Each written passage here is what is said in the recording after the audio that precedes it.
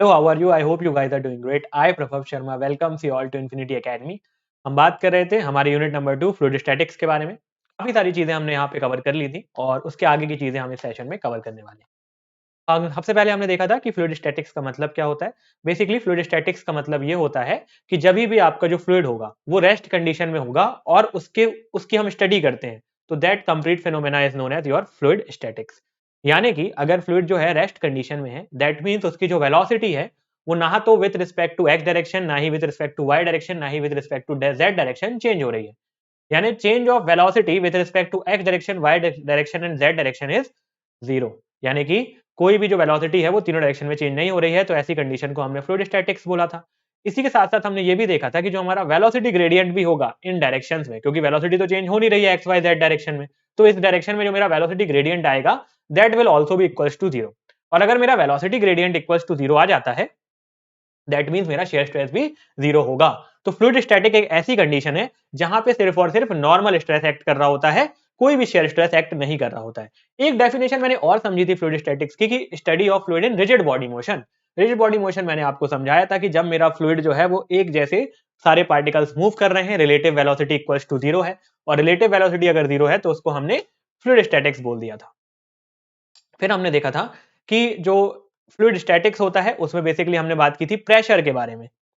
ठीक है, तो प्रेशर क्या होता है? Normal component of the force divided by modulus of area. Normal component इसलिए मुझे लेना होता है क्योंकि फोर्स हमेशा मैं परपेंडिकुलर डायरेक्शन में लेता हूं, प्रेशर में हमेशा परपेंडिकुलर डायरेक्शन में लेता हूं। और मॉडुलस ऑफ एरिया मुझे इसलिए लेना पड़ता है क्योंकि स्मॉल एरिया क्या होता है? वेक्टर क्वांटिटी होता है, जो मैंने आपको प्रूव करके बताया था। देन हमने यूनिट्स ऑफ प्रेशर के बारे में बात की थी। काफी सारी यूनिट्स हमने देखी थी। आपकी बार देखा था, पास्कल पास्कल देखा था, एटमॉस्फेरिक प्रेशर देखा था, हमने एमएम ऑफ मरकरी के हिसाब से प्रेशर देखा था, टॉर देखा था, पीएसआई देखा था। तो ये हमारी बात हो गई थी प्रेशर के बारे में। देन हमने types of manometer, types of pressure के बारे में भी बात की थी। बेसिकली टाइप्स ऑफ प्रेशर में हमने ये बात की थी कि टोटल 3 तरीके के प्रेशर होते हैं जो मुझे पढ़ने होते हैं। पहला होता है मेरा एटमॉस्फेरिक प्रेशर, सेकंड होता है मेरा एब्सोल्यूट प्रेशर एंड थर्ड होता है मेरा गेज प्रेशर और वैक्यूम प्रेशर। अगर एब्सोल्यूट प्रेशर के बारे में बात करें कि जब मैं विथ रिस्पेक्ट टू वैक्यूम किसी प्रेशर को कैलकुलेट करता हूं, दैट मींस वहां पे कोई भी गैस अवेलेबल नहीं है। अगर गैस अवेलेबल होगी तो वो सरफेस के साथ कांटेक्ट में आएगी और कुछ प्रेशर एक्सर्ट करेगी, तो प्रेशर वहां पे जीरो नहीं हो पाएगा। लेकिन अगर गैस प्रेजेंट ही नहीं है, गैस वहां पे है ही नहीं, गैस की वैल्यू वहां पे अगर जीरो है, तो उस कंडीशन में जो प्रेशर होगा उसको मैं एब्सोल्यूट जीरो प्रेशर बोलता हूं। और इस एब्सोल्यूट जीरो प्रेशर को रेफरेंस लेकर अगर कोई मैं प्रेशर को मेजर करता हूं, तो that is known as your absolute pressure. अब मीन सी लेवल पर 15 डिग्री सेल्सियस पे अगर मैं प्रेशर को मेजर करूं, तो that is known as your absolute atmospheric pressure. तो एटमॉस्फेरिक प्रेशर जो आपका एब्सोल्यूट प्रेशर होता है, वहां से 101.3 किलो पास्कल में आपको मिलता है, जिसको मैं 1.013 बार भी बोल सकता हूं। ठीक है, ये हमको क्लियर है। और अगर ये जो मेरा एटमॉस्फेरिक प्रेशर है, इसको रेफरेंस लेकर पॉजिटिव डायरेक्शन में अगर मैं प्रेशर को मेजर करता हूं, तो that is known as your gauge pressure. Negative direction में प्रेशर को अगर मेजर करता हूं, तो that is known as your vacuum pressure. तो ये पॉइंट्स हमने समझ लिए थे। तो यहाँ पे उसी की डेफिनेशन जो अभी मैंने आपको बताया वही सारी चीजें लिखी हुई हैं। एटमॉस्फेरिक प्रेशर आप बैरोमीटर की मदद से मेजर करते हैं, और आपका गेज प्रेशर और वैक्यूम प्रेशर हम पीजोमीटर वगैरह की मदद से कैलकुलेट करते हैं, जिसके बारे में आज हम बात करेंगे। देन हमने ये आपको एक डायग्राम के चार्ट के फॉर्म में भी बनाने के समझाने की कोशिश की थी। ठीक है, थोड़ा सा इसको क्लीन कर लेते हैं, काफी गंदा हो चुका है।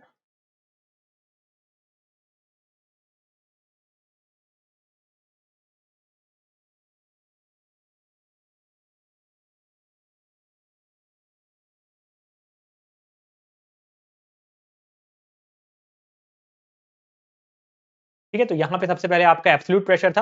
एब्सोल्यूट प्रेशर के ऊपर 1013.3 किलो पास्कल में आपका एटमॉस्फेरिक प्रेशर था। और इसके साथ साथ हमने बात की थी गेज प्रेशर की, तो ये पॉजिटिव डायरेक्शन में है, आप देख पा रहे होंगे। और ये अगर नेगेटिव डायरेक्शन में होता है तो उसको हम वैक्यूम प्रेशर बोलते हैं। और एब्सोल्यूट प्रेशर से जब आप प्रेशर को मेजर करते हो, तो that is known as your absolute pressure. ठीक है, एब्सोल्यूट जीरो से जब आप प्रेशर को मेजर करते हो तो।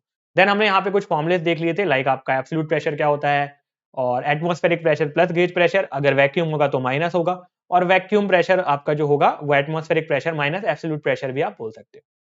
और ये सारी चीजें हमने डिस्कस कर ली थी। कुछ क्वेश्चन भी हमने सॉल्व किए थे। देन हमने बात की थी पास्कल लॉ के बारे में, जो कि बोलता है कि अगर आप किसी फ्लूइड की बात कर रहे हैं, तो हर पॉइंट पे जो प्रेशर होगा वो बराबर होगा। हर डायरेक्शन में जो प्रेशर होगा वो बराबर होगा। अगर मेरा कोई फ्लूइड एलिमेंट है, उसके किसी भी पर्टिकुलर पॉइंट पे मैं प्रेशर को कैलकुलेट करना चाह रहा हूं, तो हर डायरेक्शन में प्रेशर जो होगा वो बराबर होगा, whether it is X direction, Y direction और जेड डायरेक्शन। ये हमने प्रूव कर लिया था। ठीक है, तो प्रेशर की अगर मैं बात करता हूं, दैट मींस मैं स्ट्रेस की बात कर रहा हूं, because pressure and stress is same in the case of static fluid. ठीक है, और बेसिकली हमने ये सारी चीजें कवर कर ली थी। देन हमने आपका law of transmissibility of pressure के बारे में बात की थी कि अगर मैं इसके ऊपर कोई भी फोर्स को अप्लाई करूंगा तो फोर्स विल गेट जो distributed in equal amount in all the points. अगर मैं ऊपर से कोई एक्सटर्नल फोर्स पी अप्लाई करता हूं तो हर पॉइंट पे वो पी ही पहुंचेगी। यही बोलता है मेरा लॉ ऑफ ट्रांसमिसिबिलिटी।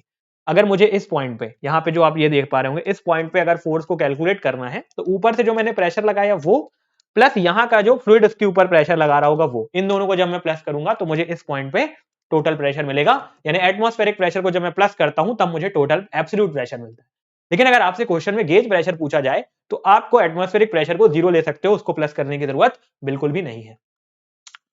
ठीक है, हाइड्रोलिक जैक आपका एप्लीकेशन है पास्कल लॉ का, वो भी मैंने बताया था कि एक एंड है आपका और एक ही एंड है ना। ये मान लीजिए एक एंड ये है और एक एंड ये है। इस एंड पे मैं कम लोड लगाऊंगा पर इस एंड पे ज्यादा लोड लग जाता है और मेरा जो चक्का है वो ऊपर उठ जाता है। ठीक है, इधर पे मैं कम लोड लगाता हूं पर फोर्स यहाँ पहुंचते पहुंचते ज्यादा हो जाती है, क्योंकि force and area are directly proportional to each other. If we increase the area, the force will also get increased. Right, so इधर पे हमारा वही केस था कि जब मैं यहाँ पे फोर्स लगा रहा था एरिया कम था, यहाँ पे एरिया ज्यादा है तो force will get multiplied and आप छोटा था आपका जो प्रेशर था वो काफी ज्यादा लोड को उठा पाता है। और यही आपका एग्जांपल होता है पास्कल लॉ का एंड हाइड्रोलिक जैक उसका एक एप्लीकेशन होता है। ठीक है, देन हाइड्रोस्टैटिक लॉ के बारे में बात की थी। अगर किसी भी पॉइंट में प्रेशर को कैलकुलेट करना है तो हमने ये बोला था कि डेप्थ के साथ प्रेशर वेरी करेगा। विथ अगर आप डेप्थ इंक्रीज करेंगे तो प्रेशर भी इंक्रीज होता जाता है। तो यहाँ पे हमारा जो लॉ होता है वो rate of increase of pressure in vertical direction is equal to the weight density of the fluid at that point. ठीक है, किसके बराबर होता है वो? वेट डेंसिटी यानी कि गामा के बराबर होता है, और ये हमने आपको प्रूव भी किया था। तो अगर आपको कभी भी किसी भी पॉइंट पे प्रेशर को कैलकुलेट करना है तो that will be equals to your rho into H into G, यानी गामा इंटू एच। ठीक है, फिर कुछ क्वेश्चंस हमने देखे थे, कुछ क्वेश्चंस मैं आपके सामने पुट किया था। फिर से मैं आपसे वो क्वेश्चन पूछता हूं।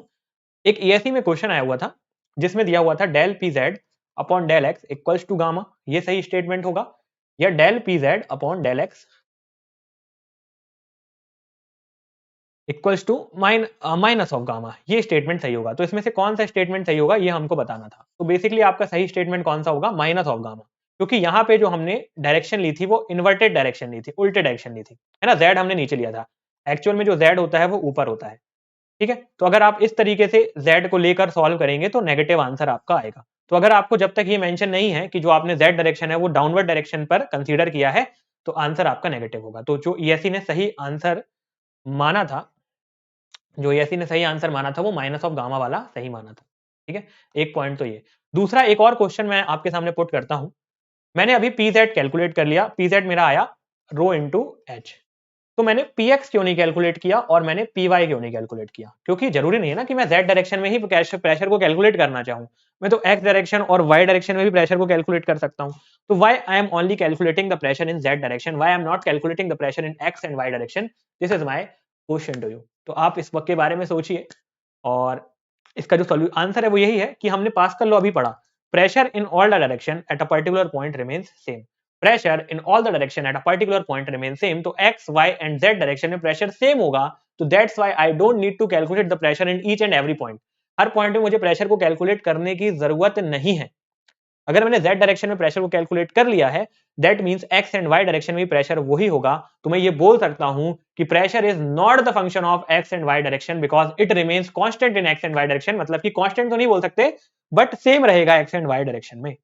तो ये सारी चीजें हमने कवर कर ली थी। अब इस सेशन में इसके आगे की चीजों को कवर करते हैं। एक मैंने आपको हाइड्रोस्टैटिक पैरा बॉक्स भी बताया था कि आपका जो प्रेशर होता है it is not function of the area, it is only function of the height. अगर आपकी हाइट सेम है, वेदर इररिस्पेक्टिव ऑफ कैसा भी एरिया आप देख रहे हो, प्रेशर आपका सेम ही रहेगा। तो ये सारी चीजें हमने कवर की थी। आज हम बात करेंगे flow of a fluid from rest condition.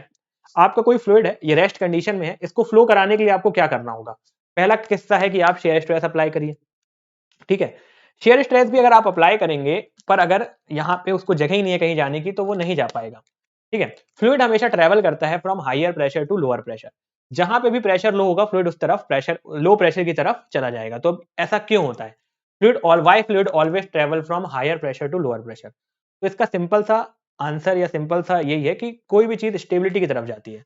तो अगर हाई प्रेशर है तो फ्लूइड जो होगा वो अनस्टेबल होगा, और जब वो लो प्रेशर पे जाएगा तो फ्लूइड जो होगा वो स्टेबल हो जाएगा। तो हर चीज क्या होती है, स्टेबिलिटी की तरफ जाना चाहती है, इसलिए भी जो फ्लूइड होता है वो हायर प्रेशर से लोअर प्रेशर की तरफ जाता है। ठीक है, अब फ्लो कैसे होगा फ्लूइड का, इसके बारे में हम बात करेंगे। जो आपका फ्लो है हमेशा कैसे होगा, हायर प्रेशर से लोअर प्रेशर की तरफ आपका फ्लो होगा। तो अगर यहाँ पे अगर मैं पॉइंट ए की बात करूं तो ए पॉइंट पे क्या प्रेशर होगा, प्रेशर एट पॉइंट ए अगर आपको कैलकुलेट करना है तो वो किसके बराबर होगा, अभी मैंने आपको बताया था, लॉ ऑफ ट्रांसमिसिबिलिटी में ही बताया था, ऊपर जो एटमॉस्फेरिक प्रेशर है वो तो पूरा फ्लूइड पे कांस्टेंट रहेगा। ऊपर से अगर एटमॉस्फेरिक प्रेशर लग रहा है तो हर पॉइंट पे एटमॉस्फेरिक प्रेशर बराबर बराबर लग रहा होगा। तो अगर ए पॉइंट पे बात करें, प्रेशर एट ए अगर मैं निकालूंगा तो जो एटमॉस्फेरिक प्रेशर है वो PATM प्लस इस पॉइंट पे जो प्रेशर है वो, ठीक है, तो PA जो कि फ्लूइड लगा रहा हो, जो ए पॉइंट पे जो फ्लूइड की वजह से प्रेशर लग रहा होगा। ठीक है, तो अब आपके दिमाग में एक क्वेश्चन आना चाहिए कि पॉइंट ए पे जो प्रेशर होगा और पॉइंट बी पे जो प्रेशर होगा वो तो अलग अलग होगा, क्योंकि ए पे एच अलग है और बी पे एच अलग है। H2 जो है वो H1 से ग्रेटर है। बी पॉइंट पे अगर मैं हाइट की बात करूं तो बी पॉइंट पे हाइट ज्यादा है और ए पॉइंट पे हाइट कम है। तो जैसे फंक्शन जो होता है वो रो जी एच के बराबर होता है। अगर H2 H1 से बड़ा है तो pressure at point B will be greater than pressure at point A. ये तो फैक्ट है। अब प्रेशर अगर बी पॉइंट पे ज्यादा है और प्रेशर ए पॉइंट पे कम है तो ये स्टेबल कंडीशन में फ्लूइड कैसे है, फ्लूइड स्टेबल कंडीशन में कैसे बना हुआ है, फ्लूइड आगे क्यों नहीं बढ़ जा रहा। तो इसका आंसर ये है कि फ्लूइड अभी कंटेनर में रखा हुआ है और जितना प्रेशर पॉइंट बी पे है उतना ही same pressure, equal amount of pressure जो कंटेनर है उस पर भी एक्सर्ट कर रहा है। जितना पॉइंट बी पे प्रेशर आ रहा होगा वो कंटेनर पे एक्सर्ट कर रहा होगा फ्लूइड, और उतना ही प्रेशर फ्लूइड भी पॉइंट बी पे एक्सर्ट कर रहा होगा। इसलिए दोनों कहां रहेंगे, स्टेबल कंडीशन पे ही रहेंगे। अगर मैं पॉइंट ए की बात करूं तो वहां भी सेम होगा, जो भी प्रेशर पॉइंट ए पे होगा उतना ही equal amount of pressure container भी उस पे एक्सर्ट कर रहा होगा। That's why it is in stable condition. तो प्रेशर तो बिल्कुल सही बात है, ए और बी पॉइंट पे अलग अलग होगा, but same amount of pressure will also B exerted by the container. That's why it will remain in the static condition और इन इक्विलिब्रियम कंडीशन। तो पहला पॉइंट, जो पहला कंफ्यूजन हमारे दिमाग में आना चाहिए कि प्रेशर तो अलग अलग होगा क्योंकि डेप्थ वेरी कर रही है, तो फ्लूइड का फ्लो क्यों नहीं हो जा रहा है, वो क्लियर हो गया। देन अगर मैं बात करूं तो फ्लो कब होगा, अगर मैंने कोई बॉटल ली, ठीक है, ये मेरी बॉटल है, इस बॉटल पे अगर मैं यहां पे छेद कर दूंगा तो पूरा पानी बाहर आ जाएगा। क्यों, ऐसा भी तो हो सकता था ना कि बाहर की हवा अंदर चली जाए, पानी बाहर ही क्यों आ रहा है ना। अगर इस बॉटल पे मैं छेद कर रहा हूं तो पानी इस बॉटल से बाहर क्यों आ रहा है, अब यहां से जो हवा है वो अंदर क्यों नहीं चली जा रही। तो कभी आपने ऐसा सोचा, तो इसका बेसिकली आंसर क्या है कि इस बॉटल के अंदर अगर पानी है तो उसके अंदर कितना प्रेशर होगा, एक तो एटमॉस्फेरिक प्रेशर जो लग रहा है वो, देन इस बॉटल के अंदर का जो पानी है वो उसके पार्टिकल्स, उसका वेट की वजह से कुछ प्रेशर उस फ्लूइड पे भी लगा रहे होंगे। तो एटमॉस्फेरिक प्रेशर प्लस इसके अंदर का जो पानी है वो वाला प्रेशर, और बाहर तो सिर्फ एटमॉस्फेरिक प्रेशर है। तो atmospheric pressure plus something should always be greater then the atmospheric pressure. ठीक है, अगर मान लीजिए बाहर तो मेरा एटमॉस्फेरिक प्रेशर है ना, तो PATM, और अंदर मान लीजिए एक्स प्रेशर है, तो PATM प्लस एक्स अंदर है तो वो हमेशा ग्रेटर होगा PATM से।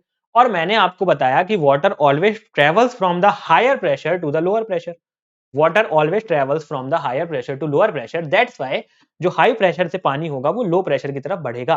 तो कब तक फ्लो करेगा, कब तक फ्लो करेगा, तो इस केस में तो क्या होगा कि अगर मैंने यहां पे छेद कर दिया तो पूरा पानी बाहर आ जाएगा, है ना, कुछ भी नहीं बचेगा। क्योंकि वो हम आगे समझेंगे ना कि कब तक बहेगा, जरूरी नहीं कि पूरा पानी बाहर आ जाए, किस हाइट तक पानी वेरी करेगा वो अभी नेक्स्ट में आपको समझाऊंगा। अभी आपके लिए इतना जरूरी है समझना कि water always travels from higher pressure to lower pressure. ठीक है, हाई प्रेशर से लो प्रेशर की तरफ पानी ट्रेवल करेगा, क्योंकि यहां से हम समझने, यहां से मैं आपके लिए थोड़ी सी भूमिका बना रहा हूं किसके लिए, प्रेशर मेजरिंग डिवाइसेस के बारे में। तो वहां पे ये सारी चीजें आपके काम आएगी। तो अभी एक चीज क्लियर है, तो आगे बढ़ेंगे, अगर हम आगे बढ़ेंगे तो ये देखिए, अब मैं आपको ये समझाने की कोशिश करूंगा कि बेसिकली कब तक पानी बहता रहेगा। ठीक है, तो ये मैंने एक कंटेनर लिया, कंटेनर ओपन फ्रॉम अबव, ऊपर से कंटेनर ओपन है, इसके अंदर मैंने कुछ पानी भर दिया, देन फ्लूइड को मैंने पास कराया, मतलब फ्लूइड को मैं क्या पास कराऊंगा, फ्लूइड अपने आप पास होगा। तो water is travelling from this end to this end. अब इस एंड पे प्रेशर कितना है, ये अभी खाली था, है ना, ये अभी भर गया है, लेकिन इसके पहले ये खाली है, इसको हम खाली कर लेते हैं। ठीक है, अभी सिर्फ हमारा ऐसा भरा हुआ है, तो पानी कहां तक ट्रेवल करेगा। ठीक, तो पानी यहाँ से ट्रेवल करना चालू करेगा। पानी यहाँ से ट्रेवल करना चालू करेगा और यहाँ भरेगा। कहाँ तक भरेगा? पूरा भर जाएगा क्या? पूरा भर जाएगा? कंटेनर पूरा भर जाएगा? नहीं, पूरा नहीं भरेगा कंटेनर। क्यों नहीं भरेगा पूरा? अब आप बोलेंगे कंटेनर पूरा क्यों नहीं भरेगा? क्योंकि इस पॉइंट पे प्रेशर कितना है? जो ए पे प्रेशर है वो प्लस एटमॉस्फेरिक का प्रेशर। तो ये जो प्रेशर एट ए होगा वो इस वाले एंड से तो ज्यादा होगा, इसलिए जो फ्लूइड है वो हाई प्रेशर से लो प्रेशर की तरफ ट्रेवल करना शुरू किया।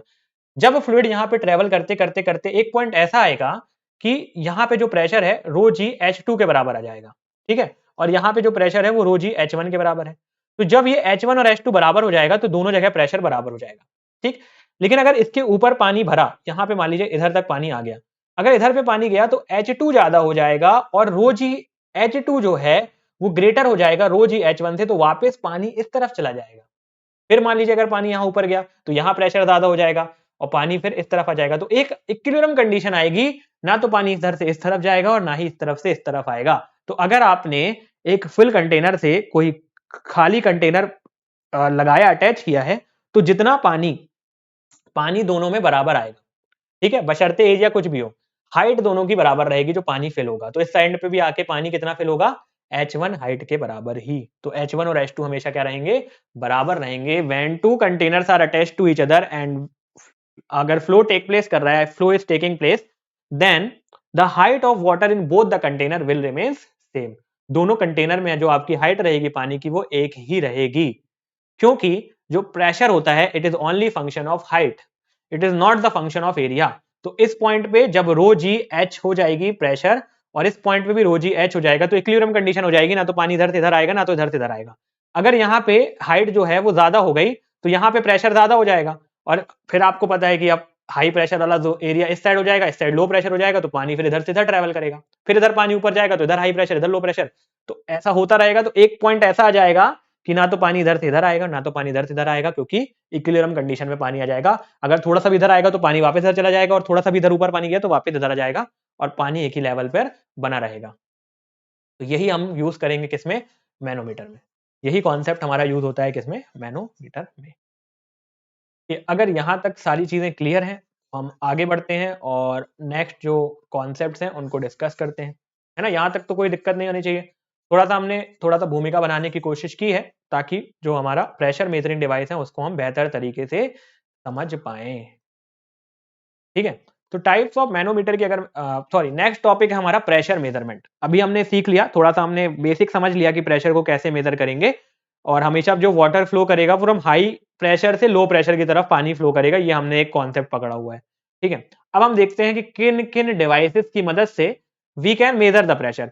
कौन कौन से डिवाइसेस की मदद से आप प्रेशर को मेजर कर पाएंगे? तो हमारे पास दो डिवाइसेस होते हैं। एक आपके पास होता है एक मैनोमीटर बोलते हैं, एक को हम बोलते हैं mechanical gauge. So there are two devices through which you can measure the pressure. One is your manometer and another one is your mechanical gauge. So if we talk about the manometer, manometer भी दो तरीके का होता है, एक तो होता है सिंपल मैनोमीटर और एक होता है आपका डिफरेंशियल मैनोमीटर। पर पहले हम बात करते हैं मैकेनिकल गेज के बारे में। तो मैकेनिकल गेज जो होते हैं वो भी आपके काफी तरीके के होते हैं, पर ये हम गैस प्रेशर को मेजर करने के लिए यूज करते हैं। मैकेनिकल गेज में होता है आपका Bourdon gauge, pressure transducer, blow pressure gauge and diaphragm pressure gauge. ये आपका जो ट्रिपल एम सब्जेक्ट है उस पे हम सीखते हैं, अभी आपके एफएम के सिलेबस में ये नहीं होता है जो आपके मैकेनिकल गेजेस के बारे में पढ़ाई करना, ठीक है। तो अगर आप ट्रिपल एम सब्जेक्ट पढ़ेंगे तो उसमें आप पढ़ते हैं मैकेनिकल गेजेस के बारे में। देन अगर मैं मैनोमीटर की बात करूं, ठीक है, if we talk about the manometer, so manometer are of two types. First of all, we are having simple manometer and the another one that we are having is a differential manometer. So if we talk about the simple manometer, तो इसमें आपके हो जाते हैं piezometer, U tube manometer, single column और well type, इसको मैं micrometer भी बोलता हूं, और इनक्लाइंड यूट्यूब मैनोमीटर, ठीक है। तो ये सारे आपके मैनोमीटर होते हैं। और अगर मैं डिफरेंशियल मैनोमीटर की बात करूं तो वो होता है आपका यूट्यूब, इन्वर्टेड यूट्यूब और इंक्लाइंड यूट्यूब। ये तीन तरीके के मैनोमीटर आपके डिफरेंशियल मैनोमीटर में आते हैं। क्लियर है? टाइप्स ऑफ मैनोमीटर क्लियर है। सिंपल मैनोमीटर आप यूज करते हैं किसी भी पर्टिकुलर पॉइंट पे प्रेशर को मेजर करने के लिए। डिफरेंशियल मैनोमीटर आप यूज करते हैं दो पॉइंट में प्रेशर के डिफरेंस को मेजर करने के लिए, ठीक। गेज प्रेशर, मैकेनिकल गेज आप यूज करते हैं गैसेस के केस में, मैनोमीटर आप यूज करते हैं लिक्विड के केस में। अभी इतना कॉन्सेप्ट क्लियर है? तो इसके बाद हम इसको और डिटेल में समझते हैं, ठीक है। प्रेशर मेजरिंग डिवाइसेस आपके दो हो गए, manometer mechanical gauge, simple manometer, differential manometer. ठीक है, यहां तक क्लियर। चलिए आगे बढ़ते हैं। कुछ छुप तो नहीं रहा है? ठीक है, यहाँ पे थोड़ा सा छुप रहा होगा, तो वो balancing of principal of balancing लिखा हुआ है। तो pressure of the fluid can be measured through, pressure जो है फ्लूइड का उसको हम मेजर कर सकते हैं। ठीक है, एक बार मैं आपको खुद से ये बना के हम देख लेते हैं थोड़ा, है ना, थोड़ा सा आपको याद हो जाएंगी चीजें, तो आपके लिए आगे काफी अच्छा रहेगा।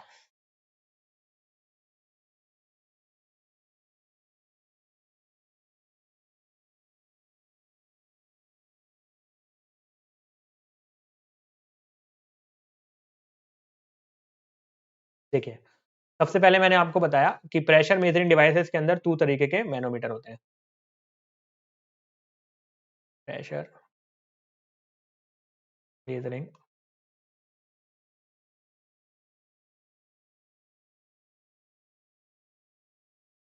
डिवाइसेस, तो यहाँ पे आपके 2 होते हैं। एक तो हो गया आपका मैकेनिकल गेज,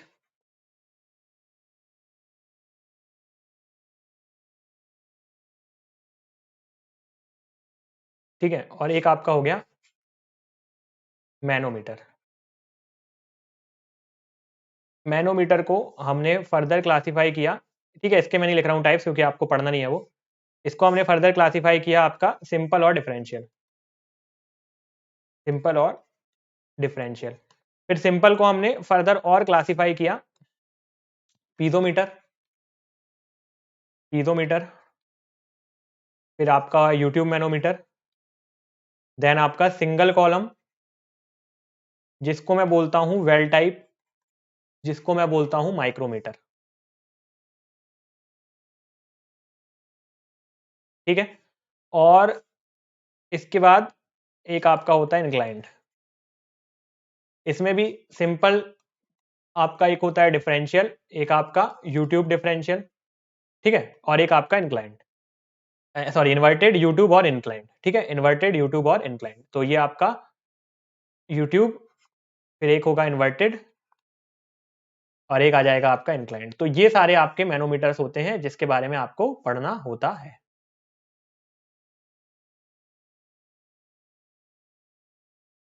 ठीक है,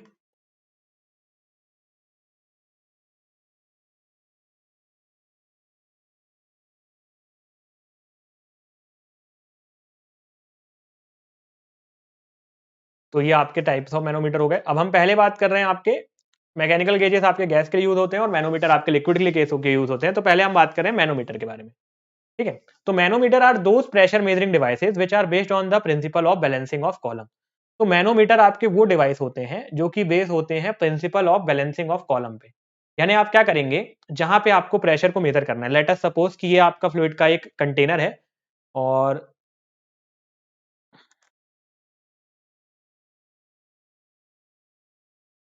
ठीक है, ये आपका एक पॉइंट है,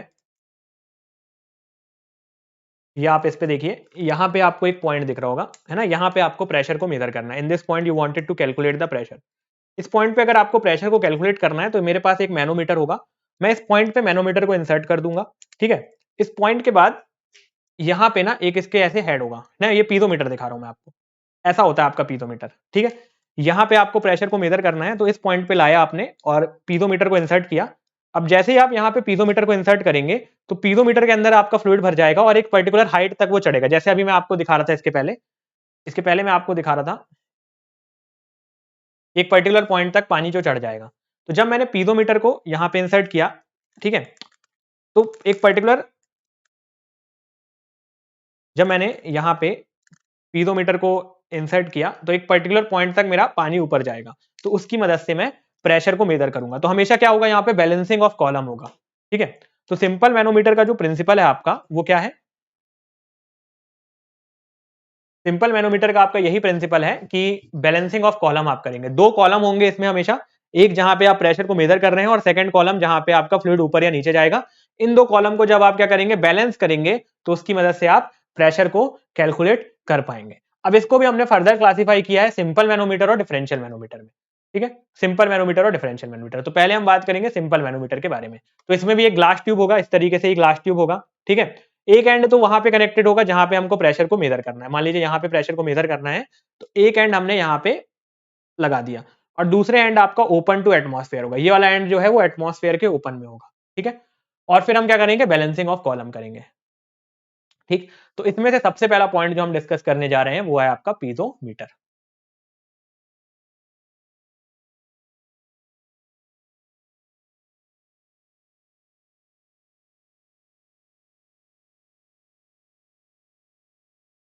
तो ठीक है, तो हम सबसे पहले बात करें पीजोमीटर के बारे में। तो जैसे भी मैंने आपको बताया था, किसी पर्टिकुलर पॉइंट पे अगर आपको प्रेशर कैलकुलेट करना है तो उधर पे जाके हम पीजोमीटर को इंसर्ट कर देंगे, जो भी हमारा पानी चढ़ के ऊपर आएगा। जैसे मान लीजिए इस पॉइंट पे हमको प्रेशर को कैलकुलेट करना है, यहाँ पे हमने जब पीजोमीटर को इंसर्ट किया तो प्रेशर जो मतलब यहाँ से जो वाटर है वो चढ़कर पीजोमीटर के ऊपर आएगा, किसी एक हाइट तक चढ़ जाएगा, ठीक है। तो in the tube open at both hand, एक तरीके का क्या होता है, ट्यूब होता है, इस तरीके का ट्यूब होता है, इस एंड पे भी ओपन होता है और इस एंड पे भी ओपन होता है, दोनों एंड पे ओपन होता है, ठीक, पहला चीज। और जहां पे हमको प्रेशर को कैलकुलेट करना है वहां पे हम इसको इंसर्ट करते हैं, पानी ऊपर चढ़ जाता है और रो जी से हम इसको कैलकुलेट कर लेते हैं, एकदम सिंपल है। तो देखिए यहाँ पे भी आप देखिए, यहाँ पे हमने फ्लूइड को भरा, पानी चढ़ के एक हाइट तक गया। अगर आप बैलेंसिंग ऑफ कॉलम करिए, यहाँ पे बैलेंसिंग ऑफ हम कॉलम करेंगे तो left limb equals to right limb होना चाहिए, pressure at left equals to right होना चाहिए, ठीक है। लेफ्ट पे प्रेशर आपका कितना है, पीए, ठीक है। और अगर प्रेशर ऐसे लग रहा है तो एक और लग रहा होगा आपका एटमॉस्फेरिक, तो minus T atmospheric equals to rho G H, और इधर पे भी एटमॉस्फेरिक लग ही रहा होगा। तो बेसिकली अगर एटमॉस्फेरिक प्रेशर हम यहाँ पे जीरो ले लेते हैं तो पीए आपका किसके बराबर आ जाता है, रो जी एच के बराबर आ जाता है, ठीक है। लेकिन अगर आपको टोटल प्रेशर कैलकुलेट करना है पीए पे, तो एक तो पीए जो आपने निकाला रो जी एच के बराबर वो, और ऊपर से आपका एक एटमॉस्फेरिक प्रेशर लग रहा होगा। तो अगर आप एटमॉस्फेरिक प्रेशर को प्लस कर दोगे तो आपको एब्सोल्यूट प्रेशर मिलेगा। लेकिन अगर आपसे सिर्फ और सिर्फ गेज प्रेशर पूछा है तो एटमॉस्फेरिक प्रेशर को आप जीरो पुट करोगे। तो क्वेश्चन में क्या पूछा गया उस पर भी डिपेंड करता है। एब्सोल्यूट प्रेशर पूछा गया है तो आपको प्लस करना पड़ेगा आपके एटमॉस्फेरिक प्रेशर को। अगर आपसे गेज प्रेशर पूछा है तो सिर्फ आप रो जी एच करोगे तो आपको आंसर मिल जाएगा। अब इतना आसान है प्रेशर कैलकुलेट करना क्या? बिल्कुल नहीं, इतना आसान नहीं है प्रेशर कैलकुलेट करना। ये जो पीजोमीटर है इसकी भी कुछ लिमिटेशंस है, ठीक। अब पहली चीज क्या लिमिटेशन है, मान लीजिए प्रेशर बहुत ज्यादा है, बहुत ही ज्यादा प्रेशर है, तो ये पानी चढ़ते चढ़ते चढ़ते चढ़ते इतनी ऊपर चला जाएगा। मान लीजिए मैंने पीजोमीटर को इंसर्ट कराया, यहाँ पे प्रेशर बहुत ज्यादा था, तो पानी यहाँ से ट्रेवल करके इसके ऊपर चढ़ेगा। तो कितनी ऊपर चढ़ेगा, आप कितना लंबा कॉलम ला सकते हो, 1 मीटर, 2 मीटर, 3 मीटर, उसके बाद तो दिक्कत होने लगेगी। मान लीजिए 10 मीटर हाइट तक पानी चढ़ता चला गया, 10 मीटर तक हाइट, अगर मान लीजिए अपन को कोई बहुत बड़ा टैंक है ना, उसका प्रेशर कैलकुलेट करना है, उस पर हमने पीजोमीटर इंसर्ट किया, इतना ज्यादा उस पर हाइट चला गया कॉलम का कि उतना लंबा हमारे पास कॉलम ही नहीं है। तो यहाँ पे एक पहला ड्रॉबैक आ गया कि बहुत बड़ा प्रेशर आप यहाँ पे कैलकुलेट नहीं कर पाओगे। You can not pressure very large pressure, बहुत ज्यादा लार्ज प्रेशर को आप यहाँ पे कैलकुलेट नहीं कर पा रहे हो, पहला ड्रॉबैक। दूसरा ड्रॉबैक क्या है इसमें, इसमें अगर मान लीजिए प्रेशर इस साइड कम है, जहां पे आप प्रेशर मेजर कर रहे हो वो एटमॉस्फेरिक प्रेशर से कम है, यानी कि नेगेटिव प्रेशर है। लेकिन यहाँ पे तो हमारा प्रेशर सिर्फ ऊपर ही जा सकता है, हाइट सिर्फ ऊपर ही जा सकती है, नीचे उल्टा डायरेक्शन में तो हम इसको ऐसे लगा नहीं सकते, ठीक है, कि पानी नीचे चला जाए। उल्टे डायरेक्शन में लगाएंगे तो पूरा पानी बाहर चला जाएगा, है ना। तो उल्टे डायरेक्शन में तो हम इसको लगा नहीं सकते। तो दूसरा ड्रॉबैक ये है कि नेगेटिव प्रेशर या वैक्यूम प्रेशर को ये कैलकुलेट नहीं कर सकता है, second negative point. Third negative point इसका ये है कि अगर आपको गैस प्रेशर मेजर करना है, आपने यहाँ पे गैस भरी हुई है, ठीक है, यहाँ पे इस पे गैस भरी हुई है, आपने इस पे इंसर्ट तो कर दिया, ठीक, पर इसके अंदर गैस भरी हुई थी। तो अगर गैस इस पॉइंट पे हाइट तक पहुंच भी जाएगी तो वो आप देख नहीं पाओगे ना, because gas is invisible in nature, gas को आप देख नहीं सकते, तो आप प्रेशर को फिर से कैलकुलेट नहीं कर पाओगे। तो इसके तीन ड्रॉबैक मेरे को निकल कर आ रहे हैं।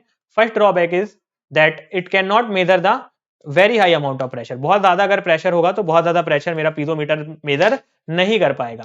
सेकंड ड्रॉबैक इसका ये है कि it can not measure the gas pressure, gas pressure को मेजर नहीं कर सकता है। थर्ड इसका ड्रॉबैक ये है कि आपका नेगेटिव प्रेशर या वैक्यूम प्रेशर को भी मेजर नहीं कर सकता, क्योंकि नेगेटिव प्रेशर में उल्टे डायरेक्शन में आपका हाइट आएगा, ठीक है, उल्टे डायरेक्शन में, क्योंकि एटमॉस्फेरिक प्रेशर से जब कम होगा प्रेशर तब नेगेटिव डायरेक्शन में आएगा वैक्यूम प्रेशर। तो उल्टे डायरेक्शन में ये प्रेशर को मेजर नहीं कर सकता, क्योंकि लिम्ब तो सिर्फ हम ऊपर ऐसे लगा सकते हैं, नीचे लगाएंगे तो पानी पूरा बाहर आ जाएगा, ठीक है।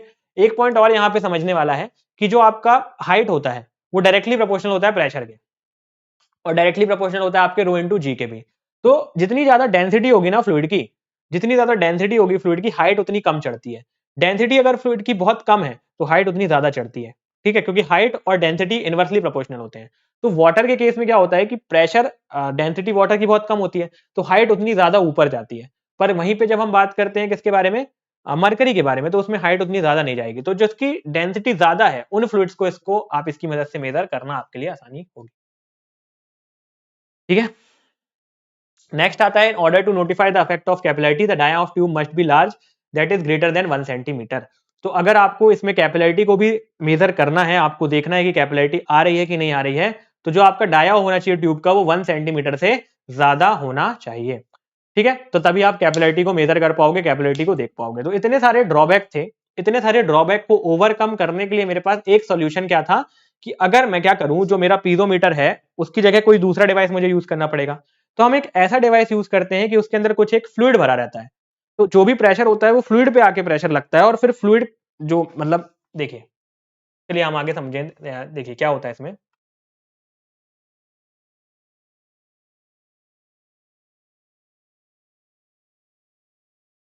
देखिए क्या कर रहे हैं हम, कि हम एक ऐसा फ्लूइड भर देते हैं हमारे मैनोमीटर के अंदर कि अब यहाँ पे जो प्रेशर होगा ना वो आके इस फ्लूइड पे प्रेशर लगाएगा, और इस फ्लूइड का जो प्रेशर है वो ऊपर नीचे होगा।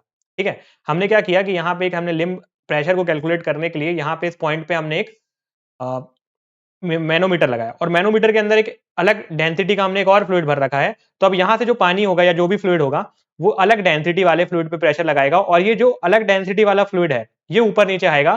तो इस H2 की मदद से हम प्रेशर को कैलकुलेट करेंगे। ठीक है, तो हम क्या कर रहे हैं कि पहले टाइप का तो हमने पीजोमीटर भर लिया, उसके अंदर कोई भी फ्लूइड प्रेजेंट नहीं होता है। लेकिन जो आपका अलग टाइप का मैनोमीटर है, यानी कि जो आपका सिंपल मैनोमीटर है, सिंपल मैनोमीटर के अंदर एक हम फ्लूइड को इंसर्ट करते हैं, और उस फ्लूइड की कुछ प्रॉपर्टी होनी चाहिए। पहला तो उस फ्लूइड में कोई भी वेपर प्रेशर नहीं होना चाहिए। सेकंड, फ्लूइड की जो डेंसिटी होनी चाहिए वो काफी ज्यादा होनी चाहिए, और वो इमिसिबल यानी किसी भी लिक्विड के साथ वो घुलना मिलना नहीं चाहिए, है ना, अलग अलग दिखना चाहिए हमें।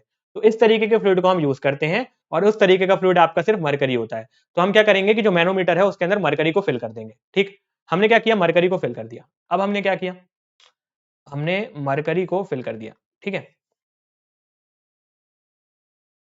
मान लीजिए ये आपका एक लिम्ब है, मतलब एक आपका कंटेनर है जिसमें आपको इस पॉइंट पे प्रेशर को कैलकुलेट करना है। ठीक, तो यहाँ पे हमने एक यूट्यूब मैनोमीटर को लगाया, ये हमने यूट्यूब मैनोमीटर को इंसर्ट किया। इस तरीके से आपका ये यूट्यूब मैनोमीटर होगा। इसके अंदर एक फ्लूइड भरा हुआ है, इसके अंदर एक फ्लूइड भरा हुआ है। ठीक है, इसके अंदर एक फ्लूइड भरा हुआ है। पहले ये फ्लूइड इस तरीके से भरा हुआ था। ठीक है, ये इनिशियल कंडीशन है। अब इसके अंदर जब मेरा पानी था, तो पानी क्या करेगा, हाई प्रेशर से लो प्रेशर की तरफ जाने की कोशिश करेगा। ठीक है, अब पानी इधर से निकलकर यहाँ पे आने की कोशिश करेगा। तो जब पानी अंदर आएगा, तो ये मेरे लिम्ब से, अब पानी जब अंदर आएगा तो यहाँ पे पानी भरने लगेगा, है ना, यहाँ पे पानी भरने लगेगा। यहाँ तक मान लीजिए पानी भर गया। अब क्या हुआ कि उसने मरकरी को यहाँ तक घिसका दिया। अब मरकरी जो पहले इस पोजीशन पे था, इस पोजीशन तक था, अब मरकरी और ऊपर की पोजीशन पर चला गया। तो यहाँ पे चेंज हो गई हाइट। पहले मरकरी यहाँ तक था, पहले मरकरी यहीं तक था बस, अब मरकरी की हाइट और ऊपर तक चली गई।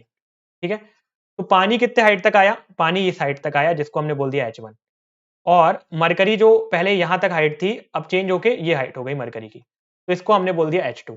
अब इसकी मदद से हम क्या लगाएंगे, हमारा summation of all the vertical forces का सम जो होता है वो 0 होता है, उसको मदद से हम क्या करेंगे, प्रेशर को कैलकुलेट कर लेंगे। ठीक है, प्रेशर को अब हम क्या कर लेंगे, कैलकुलेट कर लेंगे। यहाँ पे हमारा जो पॉइंट बी था, यहाँ पे डेंसिटी को हम ले लेंगे ρ1, और यहाँ पे डेंसिटी को ले लेंगे ρ2। तो हमारा शुरुआत में मैंने आपको इसका प्रिंसिपल बताया था, क्या होता है इसका प्रिंसिपल, बैलेंसिंग ऑफ कॉलम। तो इस तरफ का जो कॉलम है, ये जो राइट कॉलम, ये जो लेफ्ट कॉलम है और जो राइट कॉलम है, इसको हम बैलेंस करके प्रेशर को कैलकुलेट कर लेंगे। ठीक है, चलिए देखते हैं कैसे। तो पहले हम एक ले लेते हैं हमारा मैनोमीटर। ठीक है, ये हमारा मैनोमीटर है। अब इसमें भी दो केसेस होते हैं, एक तो आपका गेज प्रेशर और एक आपका वैक्यूम प्रेशर। तो पहले हम देखेंगे गेज प्रेशर के केस में कैसे कैलकुलेट करना है, और फिर हम देखेंगे कि जो आपका वैक्यूम प्रेशर होता है उसमें कैसे कैलकुलेट करना है। तो ये हमारा फाइनल कंडीशन है। हमने यहाँ पे मैनोमीटर इंसर्ट किया, फ्लूइड आया हमारा, यहाँ से फ्लूइड आया, ये फ्लूइड हमारा यहाँ पे जो मरकरी था उसको रिप्लेस कर दिया, और मरकरी इधर पे ऊपर चला गया। ठीक, अब हम ये करेंगे कि प्रेशर, देखिए मैंने आपको अभी जो दिखाया था यहाँ पे एक पॉइंट समझाया था कि प्रेशर यहाँ पे दोनों पे बराबर ही होगा, है ना, यहाँ भी रो जी एच होगा और यहाँ भी रो जी एच होगा। तो यहाँ पे भी सेम होगा, प्रेशर दोनों तरफ बराबर होगा। ठीक है, pressure at right limb equals to pressure at left limb.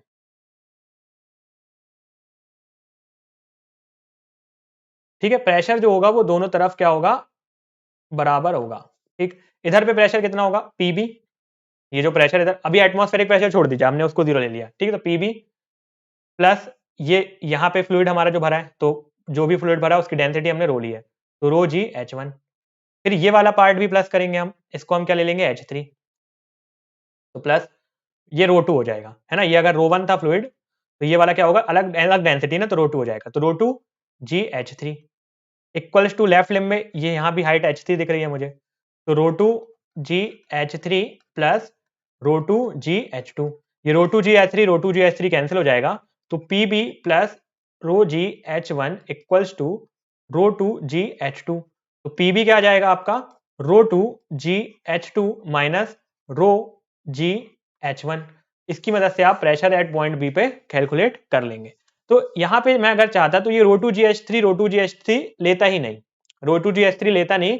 अगर मैं कोई ऐसा पॉइंट पे रेफरेंस ले लूं जहां पे सेम फ्लूइड भरा है, देखिए इस तरफ भी सेम फ्लूइड भरा है और इस तरफ भी सेम फ्लूइड भरा है और हाइट भी सेम है, तो मुझे समझ में आ रहा है कि इसमें प्रेशर में कोई वेरिएशन नहीं आएगा। अगर मैं नहीं भी लेता हूँ रेफरेंस, जैसे अभी मैंने सॉल्व किया, अगर ऐसे भी सॉल्व करता हूँ तो आंसर सेम आएगा। लेकिन अगर मुझे स्टेप को एमिट करना है ना, मेरे पास टाइम तो कम ही होता है हमेशा, तो इस पॉइंट को अगर मुझे एमिट करना है तो मुझे कोई एक ऐसा रेफरेंस ले लेना चाहिए जिसके नीचे हाइट भी सेम है और फ्लूइड भी सेम है, तो उस पॉइंट पे कोई इफेक्ट तो आएगा ही नहीं। तो मैं क्या करता यहाँ पे डायरेक्ट अगर मैं इक्वेशन बनाता तो PB plus rho one G H one equals to rho two G H two लिखता और सीधे PB equals to rho two G H two minus rho one G H one करके सॉल्व कर लेता। तो ये मेरा पहला हो गया किसके लिए, गेज प्रेशर। पहला हो गया मेरा किसके लिए, गेज प्रेशर के लिए। तो आंसर क्या आ गया मेरा, rho two G H two minus rho G H one. तो इससे मैं pressure at point B calculate कर सकता हूं। With this equation I can calculate the pressure at point B. एक पॉइंट और यहाँ पे याद रखिएगा, जो गेज प्रेशर होता है वो एटमॉस्फेरिक प्रेशर से ज्यादा होता है, क्योंकि हम बेस किसको लेते हैं, एटमॉस्फेरिक प्रेशर से, तो इसके हमेशा ऊपर ही होता है, तो यहाँ पे गेज प्रेशर ज्यादा होगा।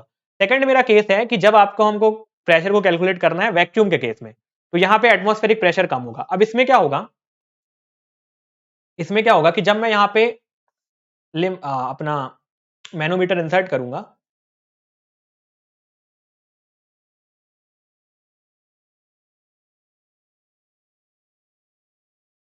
यहाँ पे क्या है आपका, ये हमारी बात हो गई गेज प्रेशर के बारे में। ठीक है, एटमॉस्फेयर जो आपका वैक्यूम प्रेशर होता है, वैक्यूम प्रेशर में क्या होगा कि अब जो फ्लूइड है ना वो उल्टे डायरेक्शन में ट्रेवल करेगा। ठीक है, तो यहाँ से क्या होगा कि पहले मैनोमीटरिक में जो हमने फ्लूइड भरा हुआ है वो ऊपर के होगा, ठीक है, ऊपर होगा, लेकिन जैसे जैसे हमारा टाइम इंक्रीज होगा तो वैसे वैसे फ्लूइड अब उल्टे डायरेक्शन में मूव करेगा।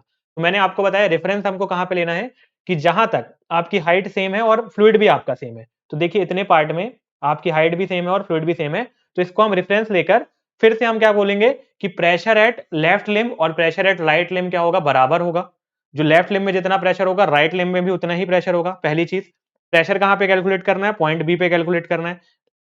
लेफ्ट लिम्ब का प्रेशर कितना होगा, PB plus rho one into G into H one plus rho two into G into H two. Left limb में कुछ है ही नहीं, लेफ्ट लिम्ब में सॉरी लेफ्ट लिम्ब में तो है, राइट लिम्ब में कुछ है ही नहीं, तो लेफ्ट लिम्ब राइट लिम्ब में प्रेशर क्या होगा, जीरो होगा।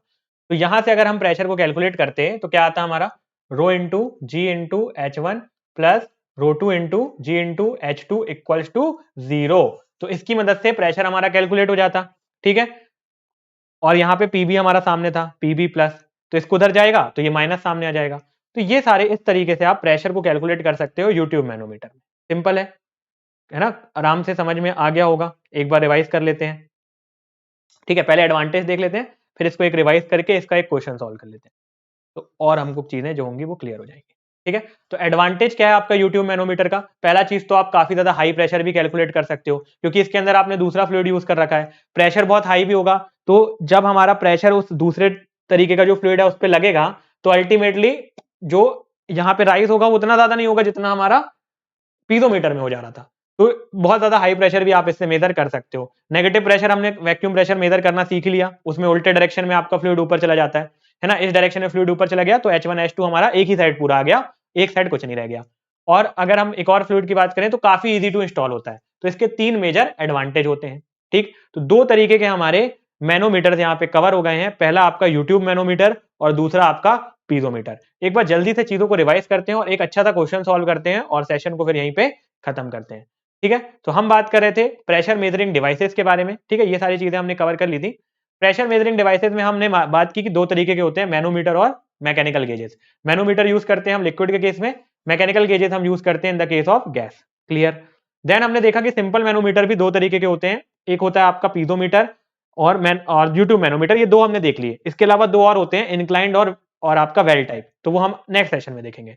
पीजोमीटर में हमने देखा कि जहां भी प्रेशर को कैलकुलेट करना था सीधे पीजोमीटर वहां पे इंसर्ट किया, हाइट हमारी जितनी इंक्रीज हो गई उसको रो और जी के साथ मल्टीप्लाई किया, सीधे प्रेशर आ गया। पर डिसएडवांटेज हमने देखा कि बहुत ज्यादा प्रेशर हम यहाँ पे मेजर नहीं कर पा रहे, नेगेटिव प्रेशर मेजर नहीं कर पा रहे, वैक्यूम प्रेशर मेजर नहीं कर पा रहे, गैस प्रेशर भी मेजर नहीं कर पा रहे। तो ये सारे इसके डिसएडवांटेज थे। इसका सोल्यूशन हमको मिला यूट्यूब मैनोमीटर से। यूट्यूब मैनोमीटर भी जहां पे भी प्रेशर मेजर करना था वहां पे भी इसको भी हम वहीं पे इंस्टॉल करते हैं, वहीं पे लगाते हैं। पर इसमें क्या रहता है कि इसके अंदर एक और फ्लूइड भरा रहता है जो कि मैक्सिमम केसेस में मरकरी होता है, क्योंकि मरकरी की जो वेपर प्रेशर होता है वो 0 होता है, इनविजिबल होता है, अदर लिक्विड के साथ घुलता मिलता नहीं है और डेंसिटी काफी ज्यादा होती है, तो इसलिए हम इसके अंदर मरकरी करते हैं। तो अब जो पानी है वो मरकरी के ऊपर प्रेशर लगाता है और मरकरी इधर पे जो लिम्ब है ऊपर नीचे होती है, उसकी मदद से हम दोनों कॉलम को, बैलेंसिंग ऑफ कॉलम हमारा यहाँ पे प्रिंसिपल होता ही है, तो कॉलम को बैलेंस करते हैं और प्रेशर को कैलकुलेट कर लेते हैं। चलिए, तो अगर हम बात करें नेक्स्ट हमारा क्या आता है, एक क्वेश्चन। तो क्वेश्चन आप देखिए,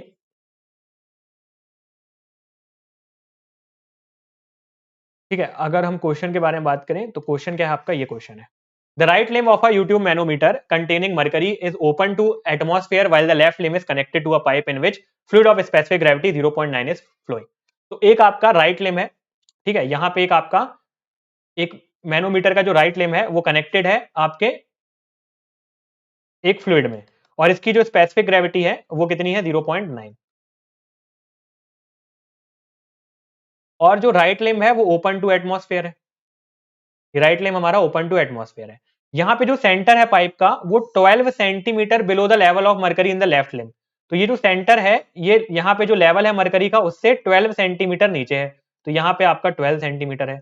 और find the pressure of the fluid if the difference of mercury level, जो मरकरी लेवल का डिफरेंस है दोनों लिम्ब में वो कितना है, 20 सेंटीमीटर है। डिफरेंस ऑफ मरकरी लेवल है जो, वो कितना है, 20 सेंटीमीटर है।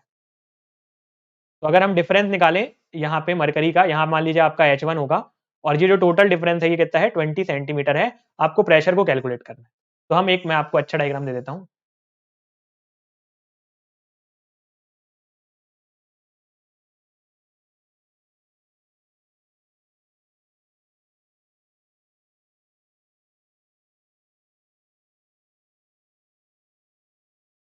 ठीक है, एक मैं आपको अच्छा डायग्राम देता हूँ, तो चलती से आप समझ पाएंगे। ठीक है, ये आपका डायग्राम है। देखिए, यहाँ पे प्रेशर हमको कैलकुलेट करना है, इधर पे हमने यूट्यूब मैनोमीटर को इंसर्ट किया। जो हमारा सेंटर है, जो सेंटर है, सेंटर से जो मरकरी ऊपर है वो कितना ऊपर है, 12 सेंटीमीटर। सेंटर से मरकरी ऊपर है 12 सेंटीमीटर, ये सेंटर है, इससे ऊपर कितना है, 12 सेंटीमीटर। राइट साइड पे जो लिम्ब भरा हुआ है, आपका जो बेस है जहां पे आप रेफरेंस लेंगे उससे 20 सेंटीमीटर ऊपर है। Find the pressure if the difference mercury level in two limbs. तो डिफरेंस है मरकरी लेवल का दोनों लिम्ब में वो कितना है, 20 सेंटीमीटर। तो अगर मैं यहाँ पे रेफरेंस लेता हूं तो यहाँ से जो डिफरेंस है वो 20 सेंटीमीटर। यहाँ पे मुझे स्पेसिफिक ग्रेविटी जो दी हुई है, यहाँ पे अपन को जो स्पेसिफिक ग्रेविटी दी हुई है, स्पेसिफिक ग्रेविटी आपको यहाँ पे दी हुई है 0.9 इस फ्लूइड की। इस फ्लूइड की आपको स्पेसिफिक ग्रेविटी दी है, पर फ्लूइड बता दिया मरकरी। मरकरी की स्पेसिफिक ग्रेविटी आपको याद रखना है 13.6 होती है। ठीक है, मरकरी की स्पेसिफिक ग्रेविटी कितनी होती है, 13.6 होती है, ये आपको याद रखना है। ठीक, चलिए, अब इसके अलावा और क्या, आपको ये वाली हाइट चाहिए है ना, अगर प्रेशर आपको मेजर करना है तो ये वाली हाइट चाहिए। टोटल 20 है, 20 में से 12 गया तो यहाँ कितना बचेगा, 8 सेंटीमीटर। अब आपको यहाँ पे क्या लगाना है, pressure at left limb, pressure at left limb equals to pressure at right limb.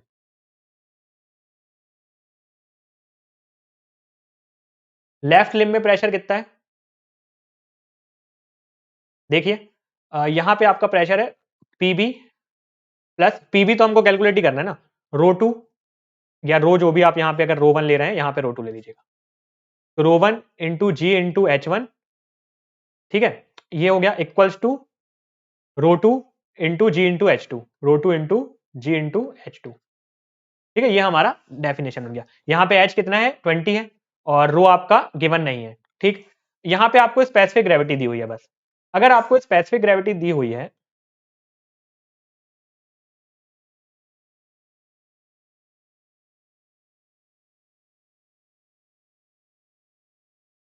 अगर आपको स्पेसिफिक ग्रेविटी दी है तो आपको पता है स्पेसिफिक ग्रेविटी किसके बराबर होती है?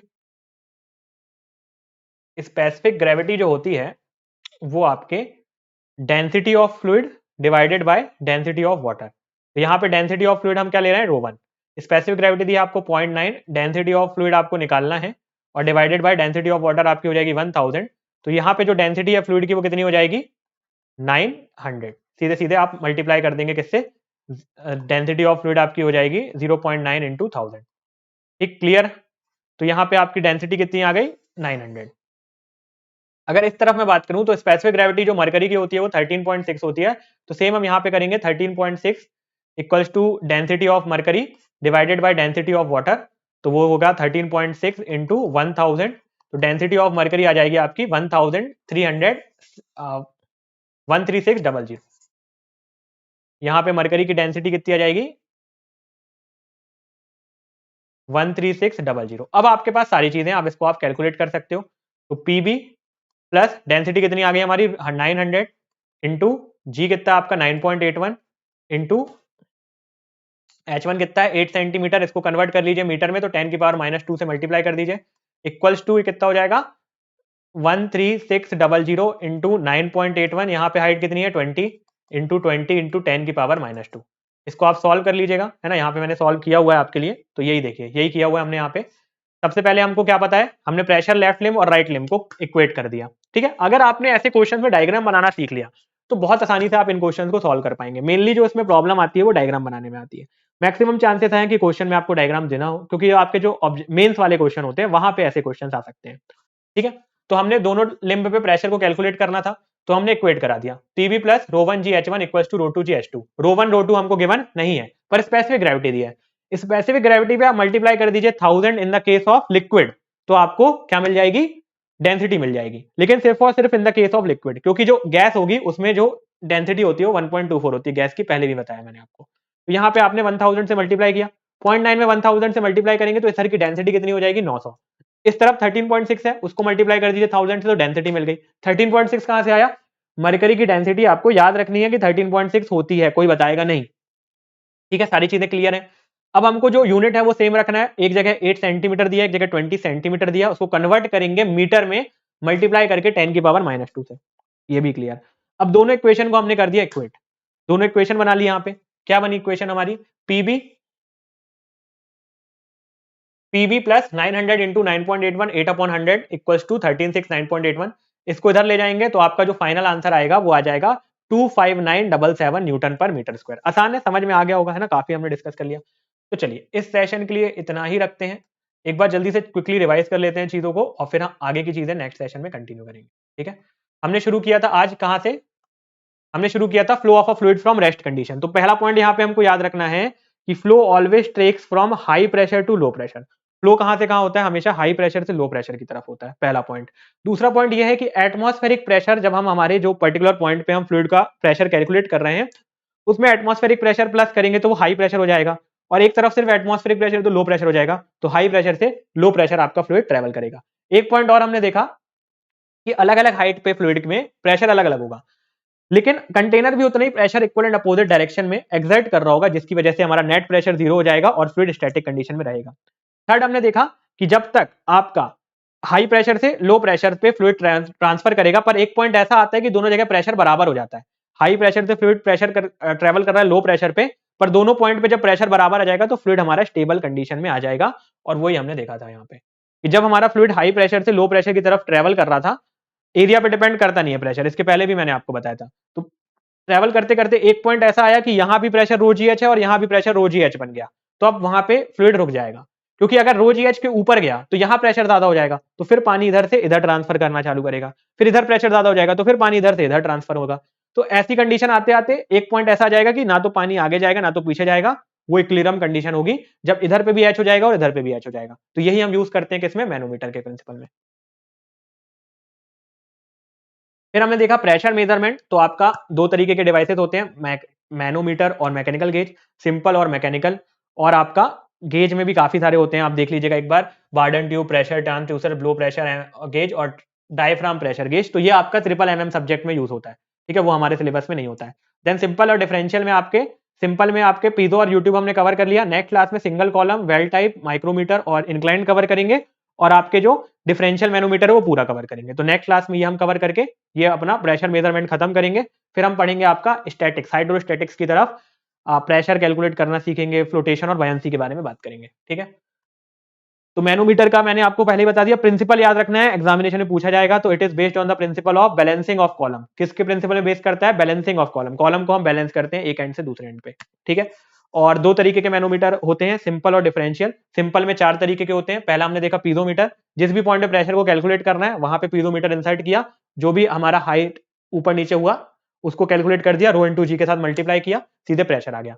ड्रॉबैक क्या था कि बहुत ज्यादा प्रेशर मेजर नहीं कर सकते, नेगेटिव प्रेशर मेजर नहीं कर सकते, वैक्यूम प्रेशर मेजर नहीं कर सकते, गैस प्रेशर मेजर नहीं कर सकते। तो ये ड्रॉबैक था। इसके लिए हमारा सोल्यूशन क्या मिला हमको? U tube manometer. यूट्यूब मैनोमीटर के अंदर हमने एक लिक्विड भर दिया जिसको हमने बोल दिया मैनोमेट्रिक फ्लूइड। उसकी कुछ प्रॉपर्टीज हमने देख ली कि बहुत विस्कस होना चाहिए, इमिसिबल होना चाहिए और कोई वेपर प्रेशर नहीं होना चाहिए।